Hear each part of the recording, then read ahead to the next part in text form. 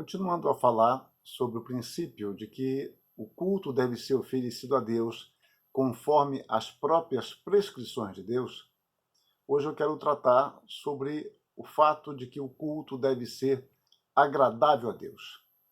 Um autor contemporâneo nosso, já falecido, James Montgomery Boyce, ele escreveu em certa ocasião: a primeira e mais importante coisa a ser dita sobre o verdadeiro culto é que ele é para honrar a Deus.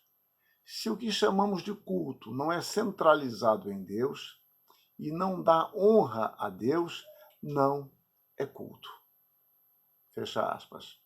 Conforme vimos, o culto é a resposta do homem a Deus. Nós já tratamos disso bem no início, quando falamos sobre o diálogo que estabelecemos com Deus, iniciado pelo próprio Deus por meio da palavra. Então, o culto é uma resposta de gratidão a Deus, uma resposta de fé. Isto indica que é Deus quem dá o primeiro passo na forma como ele deve e quer ser adorado. Vocês podem observar isso entre tantas e outras passagens, em Êxodo 29, a partir do verso 38 até o 46. Então, nós começamos por honrar a Deus levando a sério a sua palavra. Deus honra a sua palavra, não as nossas opiniões. Deus tem compromisso com as suas promessas, não com aquilo que nós imaginamos que ele vá ou deva fazer. Então, não importa o que façamos no chamado culto, não importa o quanto cantemos, oremos, choremos ou gesticulemos. Se a palavra de Deus não for levada a sério, se os preceitos de Deus não forem determinantes em nossa adoração, não houve culto. Deus não foi adorado. Ele não é servido de modo estranho à sua palavra. Devemos ter sempre diante de nós a convicção e propósito de que o culto é oferecido a Deus. Quando nós tomamos o Salmo 50, no verso 14, o escritor enfatiza: oferece a Deus sacrifício de ações de graças. Para nós protestantes, essa recomendação pode passar despercebida ou apenas servir para confirmar nossa prática. E nós podemos dizer para nós mesmos: olha, nós não adoramos imagens, nem outros seres criados. Estamos cumprindo rigorosamente os primeiros mandamentos. E podemos citar assim Êxodo 20, de 3 a 5, batendo no peito. Contudo, meus irmãos, lamentavelmente, há outras formas de cometer o mesmo pecado. E para estas é necessário que estejamos mais atentos. No Novo Testamento, Jesus Cristo nos mostra que muitas das orações supostamente dirigidas a Deus, na realidade não eram. Nós vemos Jesus Cristo, antes de ensinar os seus discípulos a oração do Pai Nosso, ele nos fala: e quando orardes, não serei como os hipócritas, porque gostam de orar em pé nas sinagogas e nos cantos das praças, para serem vistos dos homens.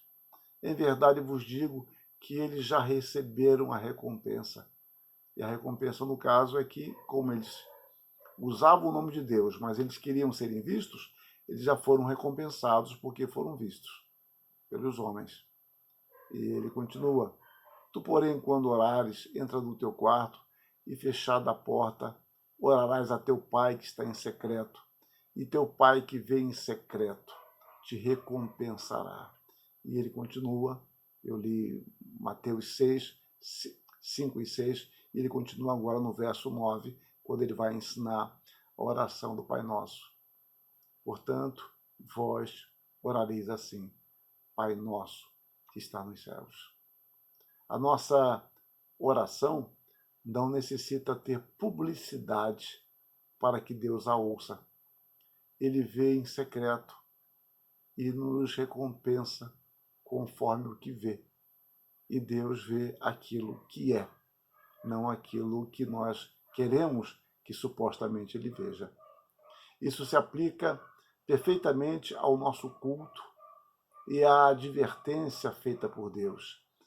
Oferece a Deus sacrifício de ações de graças.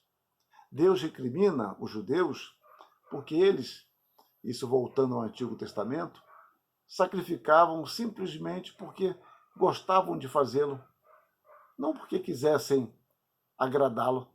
Então Deus diz isso por intermédio de Isaías. Como estes escolheram os seus próprios caminhos e a sua alma se deleita nas suas abominações, assim eu lhes escolherei o infortúnio e farei vir sobre eles o que eles temem. Porque clamei e ninguém respondeu, falei e não escutaram, mas fizeram o que era mal perante mim e escolheram aquilo em que eu não tinha prazer. Escolheram aquilo em que eu não tinha prazer.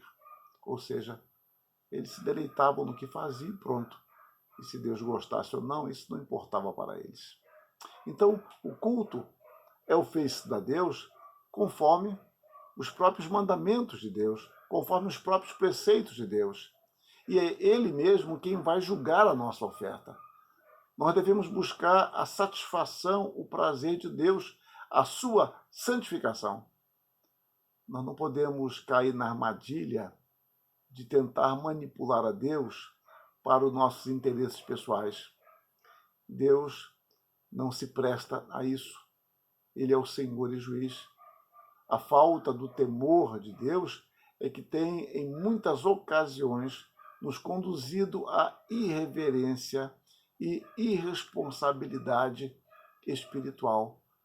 Nós nos colocamos diante de Deus de qualquer modo, considerando simplesmente a graça de Deus como se ela fosse barata, e não consideramos a santidade, a justiça de Deus, a majestade de Deus. Nós nos colocamos diante de um Deus santo, que diz para nós como quer ser servido. Atentemos para isso. Levemos a sério, seriamente isto. Nos preparemos para cultuar a Deus. É preciso que preparemos o nosso coração antes de nos colocar diante de Deus. Que Deus nos abençoe, nos ilumine, nos instrua em como adorá-lo, em espírito e em verdade. Este será o nosso próximo assunto. Amém.